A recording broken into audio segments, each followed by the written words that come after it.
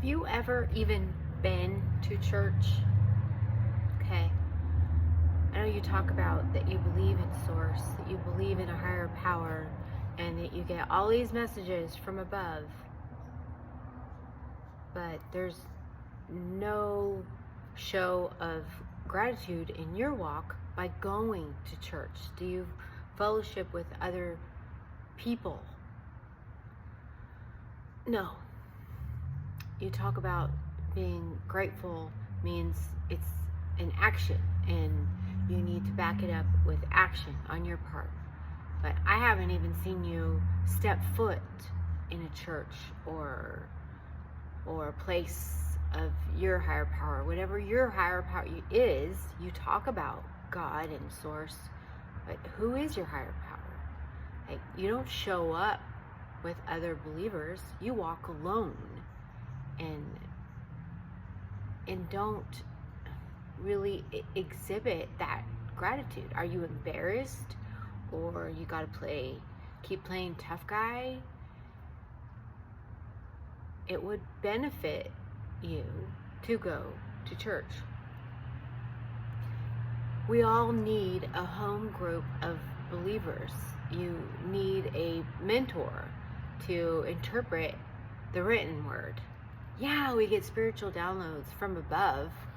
You can't interpret the written word. That takes some serious study for years and discipline, and you have to have that special gift. You don't have that gift. You read the Bible and you're like, what? It doesn't hit you at all. And the reason is because it's not interpreted correctly for you, because you haven't taken the time to show up and learn. You brag you've read all these books. We can tell you've read all these books, but you're not remaining teachable. And that's one of the most important things about continuing to grow in self-development, is to remain teachable. And I say that to myself too. I have been guilty of that at times, and not proud of that. Those moments when I wasn't teachable, when I knew all the answers and really literally acted like I thought I was God. I think I am. In some ways we are. Because there's God in every single one of us. God's outside of us, inside us. God is everywhere. I know without a shadow of a doubt that I'm a vessel.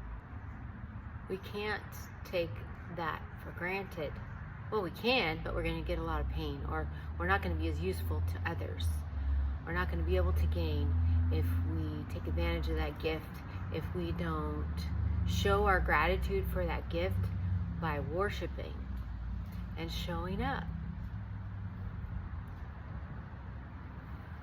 Today at church, the message was about Matthew chapter 5, where the Beatitudes are, which are principles. Ironically enough, there's 12 Beatitudes, there's 12 principles that in the Bible, in the big book, the big book, Bible, it shows us exactly how we're supposed to act. And I love today's message. It answered some questions that I've had for years. The first beatitude is that we must be poor in spirit. I was like, for years that has not registered with me. Even though I'm an avid believer, I'm an avid follower. I follow today. I'm grateful to say that. I just show my gratitude by showing up. I found a home church. And I've fallen off many times in my journey, but I'm back on now, and so grateful for that. And all that matters is today, right now, the present. And I'm so grateful I have a home church. I have pastors that teach me and others, that teach their flock, how to live the word in their daily life. We don't just sit there to be preached at, and you could tell they really care that you get it, that you interpret the word, you know what it meant then, and then we learn how to take it out into our life and apply it now. It's dynamite. So back to that message, poor in spirit. So that's the number one beatitude, the number one principle, to be poor in spirit. But that doesn't make sense to me.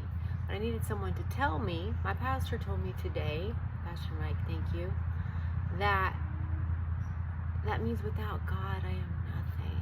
And that is so true. You know, without that source inside, without that power, without connecting to it,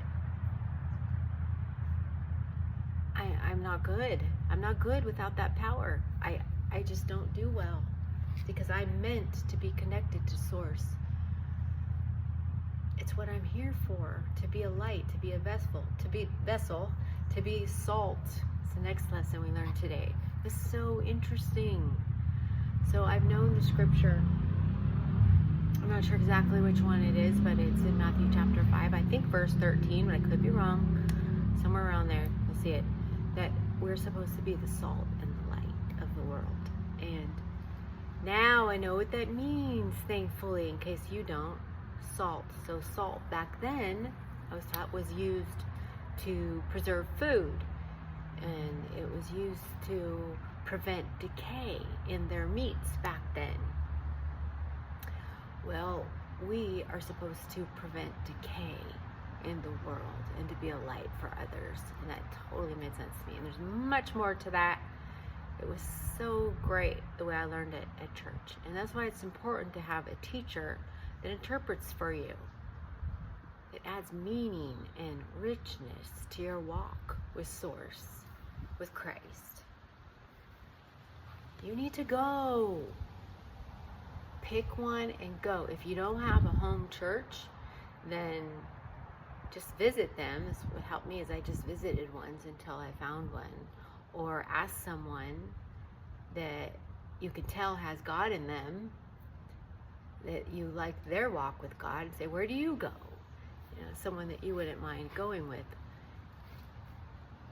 It's important to fellowship with other believers, but it's also important to not just stick to believers. We're not doing God's work. We're meant to go out amongst the people that aren't believers. We're supposed to go out amongst the worst, the ones that aren't like you, to minister to, not to preach. You need to follow Jesus. No. To be a light for them. People that are suffering. People that don't know how to heal themselves. You're supposed to help heal others too, that were once hurting so bad, like you. There's one sound still out there. And I know you care. I know you care. That's why you gotta get there. You need to go. You don't know everything. There's a God and you are not it. As much as you feel like it, I know you're pretty important.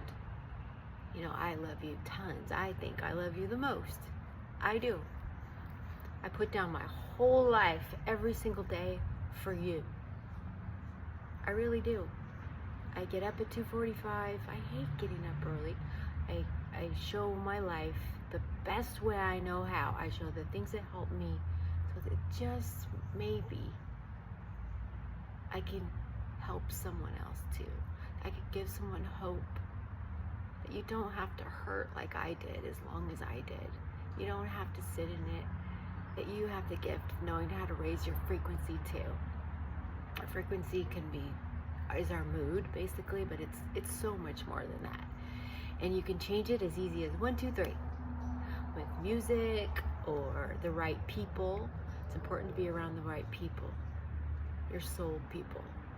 I love my sister soul tribe, we call it. Sobriety Soul Sister Tribe. It has the best vibe. We help each other. It doesn't mean we have to spend a lot of time with each other. We just connect enough to just keep our lights lit, like candles that just light each other up every single day in the best way. And you only do that by connecting with Source. So you got to show up to church to get your candle lit.